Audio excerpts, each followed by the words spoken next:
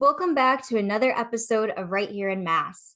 Today's guest is Andrew McCullough, owner of Reclaimed Remodeling, a remodeling artist that has spent more than 20 years in the contracting industry. Andrew specializes in transformations that truly reclaim your home.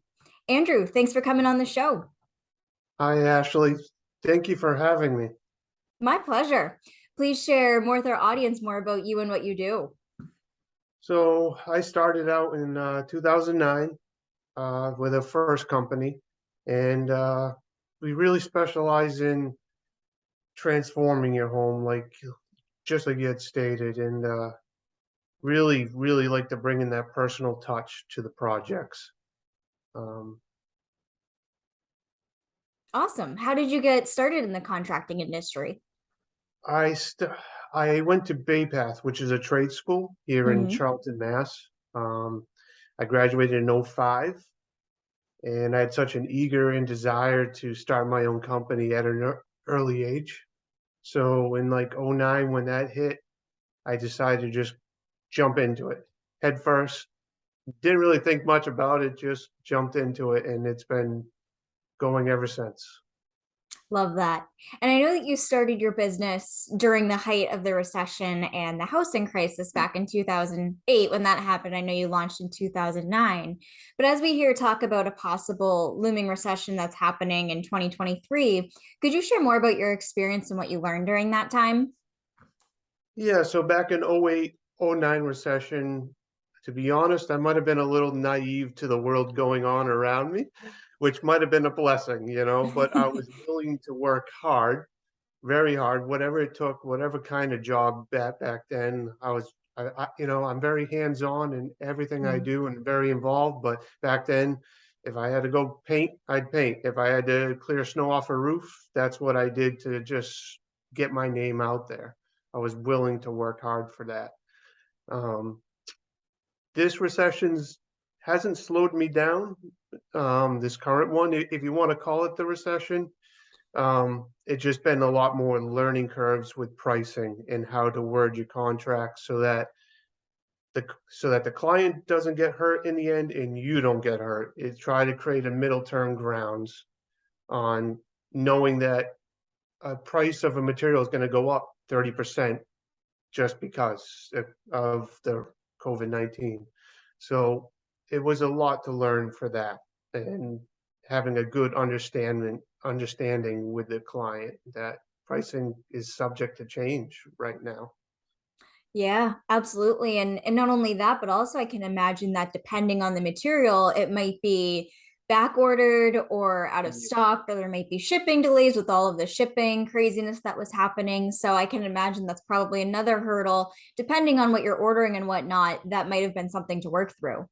Oh yeah, that was a major one. There was one company for Windows, they were 60 weeks is Oh, what they would say. geez. They would never say how many months, they would say 60 weeks, which is over, that's a lot Yeah. of time. So it was always learning how to reschedule and adapt and maybe have a couple jobs open so that you can jump to the other one because you're waiting on that material to come in. Yeah, absolutely. And that's something that I feel like it always has to happen in your industry is just that flexibility. My fiance is a plumber, and that's something that I feel like he always does is he's always having to move projects around based on timelines of other projects and other contractors that he has to rely on to get their stuff done. So flexibility seems like it's something that kind of is the name of the game in your industry. Yeah, it really is. Like you can have a schedule together, but within like an hour or two, that schedule is thrown out the window and you got a whole and you have a whole new plan because just that one phone call or that one sub that can't be there. But you learn to Mhm. adapt and you just communicate with everybody, which is the key to any business, really is communication.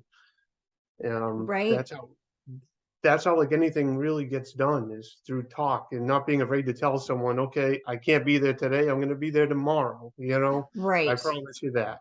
It's Absolutely.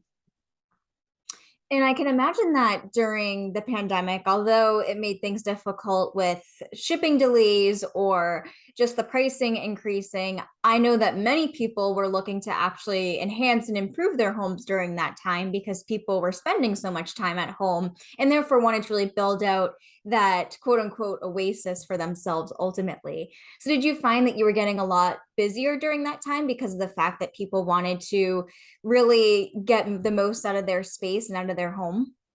Yeah, it was extremely busy, and it was because people were staying home, but also the interest rates were low on refi Mm, loans and refi the house, and now it's like cash out, and it's guaranteed money that they had. So that was kind of like also the push to getting the so much work, and there was so much out there because there was so much abundance of the money. And I think that's why some of the COVID pricing kind of came up, because they could see that people were willing to pay because they had the money. So, um, mm. but it was definitely busy. It was very busy. Yeah. I always say that's a good thing. Always good to be Yeah, busy. for sure, for sure. Now, tell us a little bit more about the types of projects that you work on, maybe some of your favorite projects that you've done up to date. I'd love to hear more of the scope of your work and what you do. So we are a complete like design build, and I say we as in I have a dedicated team of subs. Um, I have no employees in any capacity. I just have a dedicated team. So I do all the design in-house, plans, renderings, what color of walls to what color of cabinets, and the full layout. So we offer that. And then I go from there and we basically transform your home. We really do. We specialize in custom interiors, but we do exterior transformations as well, from start to finish, and we handle the whole project. So it's a really good experience for the client because it is owner operated.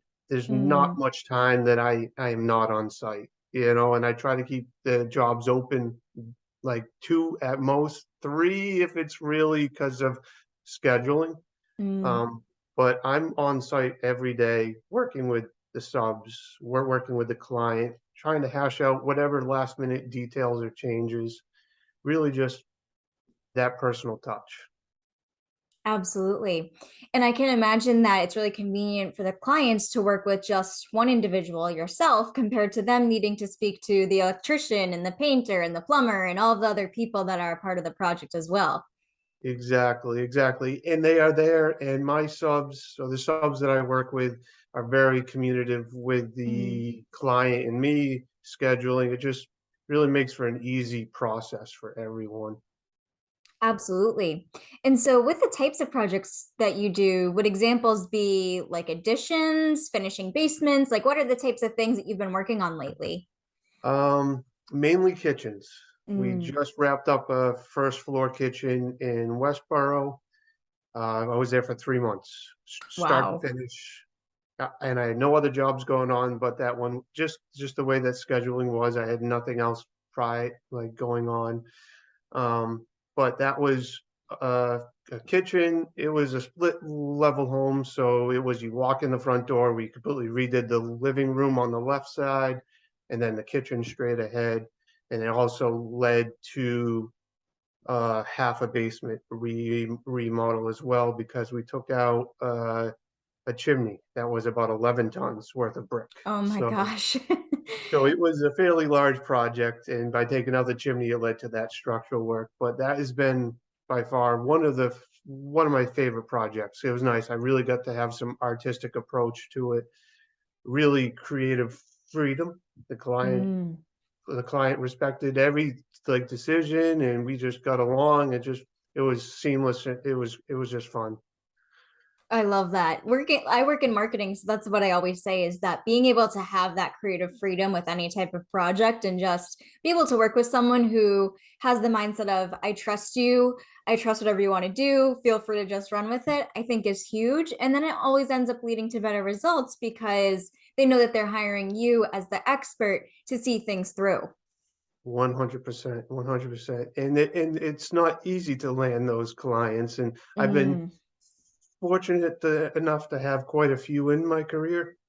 Um, and it just makes me fall in love with what I do like that much more because it's not really work at that point for me. Right. I'm just going to have fun, Yeah. and that's what's nice. Yeah, absolutely. I always say that with the contracting industry in general, I tend to feel bad for some of the contractors because unfortunately, what ends up happening is that there's always that one contractor that goes someone or doesn't complete the job but takes the money or completes the job but it's really low quality work. And then it unfortunately makes a bad rep for everyone else in the industry who is nowhere near that, and is always being responsive and communicative and providing high quality work. So is that something that you've had to deal with, is perhaps homeowners being a little bit wary of the people that they work with just because of a prior poor experience that they've had with someone else?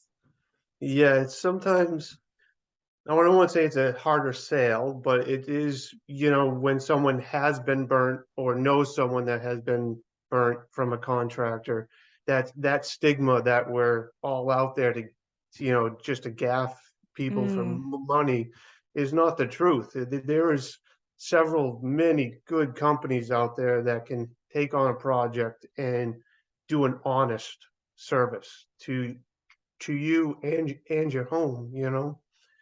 So it is definitely a stigma that's tough to get past for sure. And I don't want to say I'm past it, but I have a good reputation and following of word of mouth clients because that's how I get a lot of my work is through word of mouth. And so it's not as hard for me, but that stigma is still there for sure. yeah. And I always say that referrals are the best compliments. So that's great that a lot of the work that you've gotten is just from past clients that you've worked with who are now giving your name out to their friends, their family members, coworkers, whoever it might be. Yeah, for sure. And back to kind of the subject. So back in 19, I had taken a job on a fairly massive job in Webster. That contractor started the project, took the money and ran. So that Oh, was like a build takeover. So I had to deal with the client having to find the funding to continue with the project and to have it run smoothly to get them in the house on the same schedule that the previous guy had. So I had to walk into a pretty much a framed house that was wired and plumbed, but half the wiring and plumbing was wrong. It mm, was a lot of on the seat kind of fly, figure out and troubleshoot all those situations.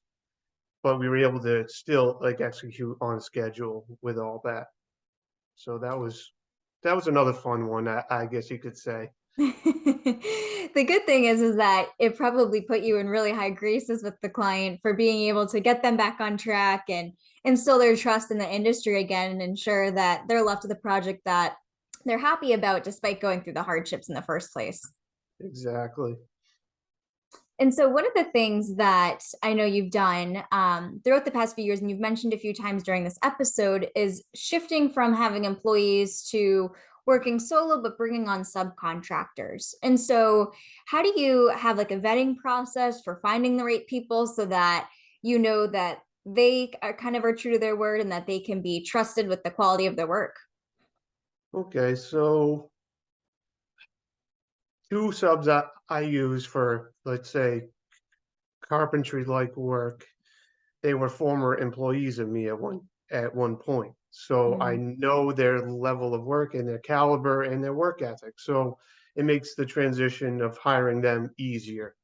Um, an electrician and plumber and subs of that, it's honestly been trial by error to find that right sub that works well with our brand and to instill the confidence in everybody involved. So it's not an easy feat. It's really not an easy feat to find those quality subs.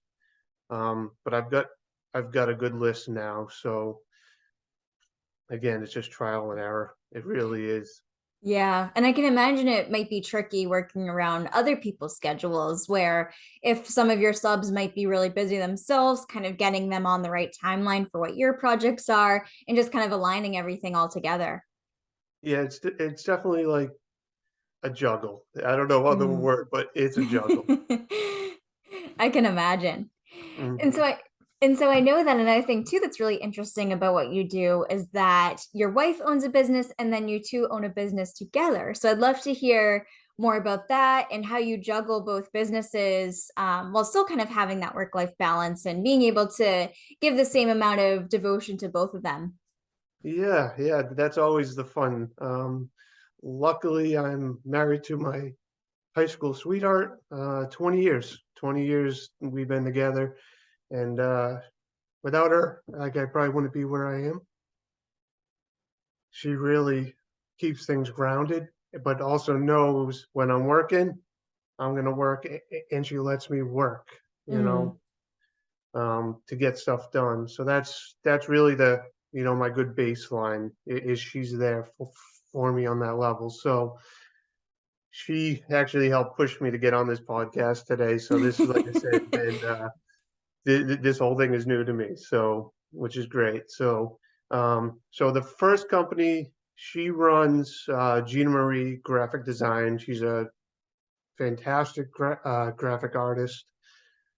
She handles all my business marketing and several other companies, but she also specializes in wedding invitations and wedding oh, venues, wow. in like coordinating people's weddings and getting all the details locked in with the save the dates and even sometimes the centerpieces and things like that. So that's really her specialty is weddings and the marketing, like the branding of a company. So Hmm. she's really helped with me on that level. And then we own a sign company together, taking my skills as a carpenter and her skills as a graphic artist. The company is called Mr. and Mrs. Naughty, Knotty. Um, and we make home decor and signs. Um, we use like a white or black pre-finished backer and a white or black vinyl lettering. And then I take a reclaimed wood that I took down from a barn and I make the frames out of that. Mm. So we sell those on Etsy. We also sometimes do um, like events Yep. where we'll go and we have a little vintage 1969 tag along camper that Oh, I have. fun. Yeah, I got it, at a landfill for free. I fully rebuilt it, redesigned it. It creates a little like boutique on wheels, so we can set up all the signs on the inside. It's really nice. Um, but that's kind of like our little marketing thing for that. So we definitely have fun with that. But to try to balance everything, it's just we just go with the flow. Yeah. Really, we just go with the flow. Yeah, and I feel like that's kind of what you have to do, right? Is that committing to certain hours might not always be possible. So it's kind of just understanding where one time of year might be busier for one business than another, and vice versa, and just kind of being able to handle those ebbs and flows that come through depending on projects and timelines and everything else that you have going on. Exactly, exactly. It is like a juggle, but and I'm not gonna say it's easy. I'm not gonna say it's difficult either. We just know how to just work and just get it done. Absolutely. And going back to your construction business, I'd love to hear more about the types of people that you work with. In particular, do you find that homeowners themselves hire you, or do you ever get hired from like another contractor who might be overseeing the project, or maybe even both? Yeah, so it's mainly client based, but I do work for other contractors as a sub. Mm, I did that for quite a bit, and I still do off and on. It's not difficult to work for them. We're kind of on the same page and understanding because sometimes we'll just say, "Hey, I'm going to help you today. If you can come help me tomorrow," we kind of do things like that. Um, but we learn to kind of just work together on getting these projects moving along and done. absolutely. And what types of areas or locations do you typically work in?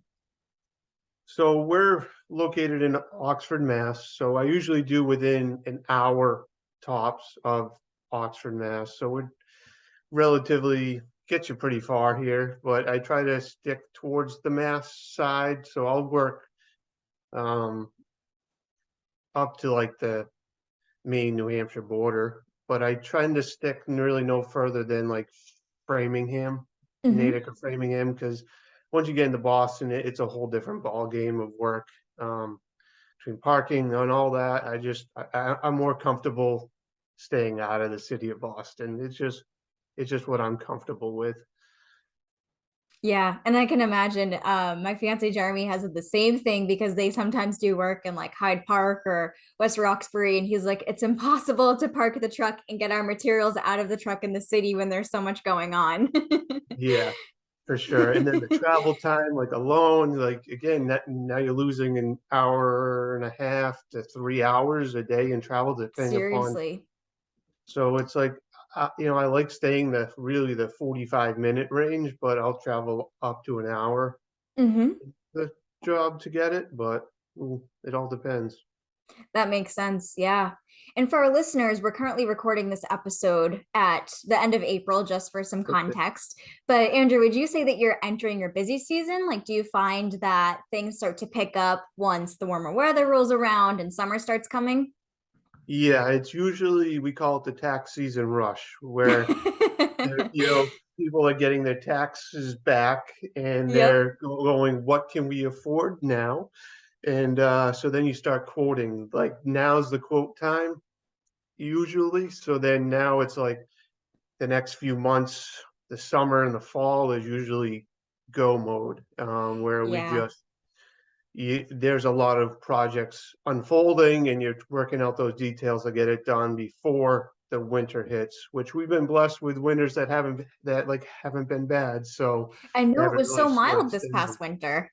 Yeah, which was nice. It was different. It doesn't feel like winter, but yeah, it's so typically it's like summer and fall. It's Hmm. long days.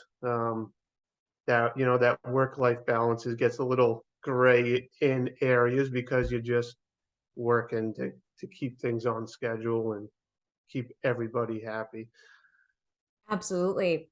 And one thing I always am curious just to see how this works with contractors who particularly do anything outside or with exterior work is just with the weather. Like if it rains or anything like that, how do you, I know we mentioned flexibility and kind of talked about that a little bit, but how do you move your schedule around and maybe move projects that you can do inside during that time and just kind of get all that shifting going without feeling like you're ultimately losing out on time because of the weather that you unfortunately can't control?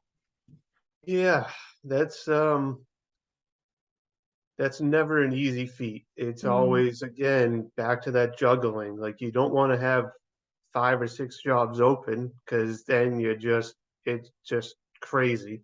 But yeah. sometimes you have to say, okay, we got this phase of the project done to this point. We're at a standstill anyways because of a sub.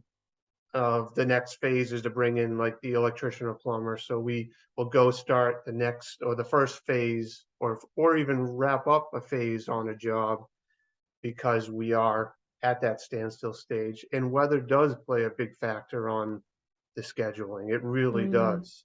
But with so when I do additions or exterior transformations, that's what really dictates the schedule and really could mm, change.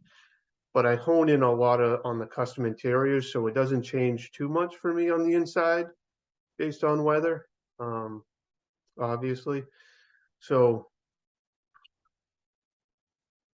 it's really just a matter of coordinating and learning to do that juggling act.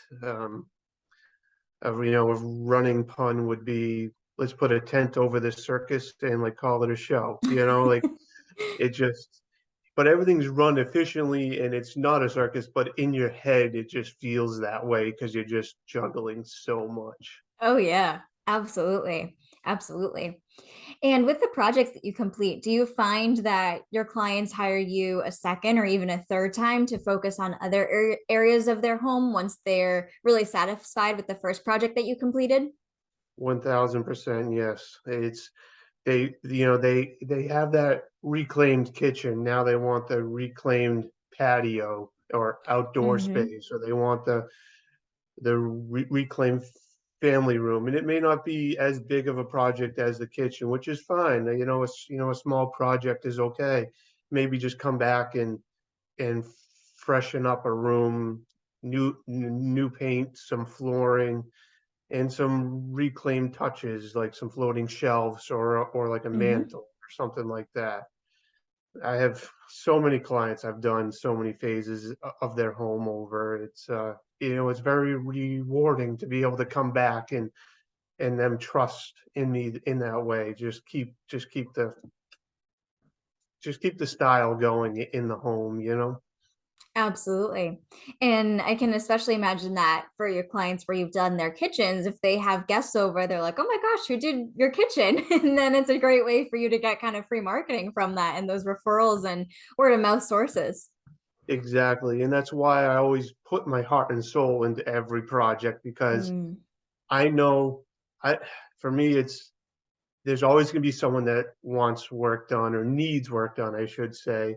And I want them to walk into their friend's house or that one person to see something, go, wow, we want this same exact kitchen or the same style space. right, right. We, and I don't want to be, oh, like, what did he do there? Like, Hmm. and you never get that with me. It's just, like I said, a heart and soul into everything I do. I have such passion for it that every detail is figured out. Love that. And for our listeners who are tuning in to this episode and are potentially thinking about going off on their own and starting their own contracting business or construction business, do you have any advice that you could share with them? Don't be afraid. Don't be afraid to fail because fail is the first attempt in learning. Mm, So take the risks, but be cautious. Like do what you financially can afford. Don't try to compete with anybody else but yourself. Don't invest in a brand new truck and all this new equipment. Work with what you have, build your name. Don't get yourself to the point where you're upside down. Just focus on baby steps to, like climb that mountain to get where you're at. And just really just be yourself. I love that, especially with someone like yourself where you're a one person business. People end up hiring you a lot for not only your work, but also who you are. It's like you're connecting with someone on that personal level and getting to know who they are as a human being and really meshing with their personality and feeling like you're truly connected. And so I love that advice of just being able to kind of show up, be true to who you are, and then the rest will follow. Yep. And just put in a good, honest, like hard day's work and just just stay like humble and kind. Like that's the biggest thing is sometimes I'm so humble that it comes back as a lack in confidence. But it's just that I'm just so easygoing and just so humble to what I'm doing that it just comes across that way. But I really, really believe in just staying true to yourself. Absolutely. And shifting gears a little bit, since you mentioned that you're based in Oxford, what would you say your favorite local businesses are to support? I mean, I could do another shameless plug of my wife's business, Jean Marie Design and Mr. and Mrs. Naughty. But there's other local places. You have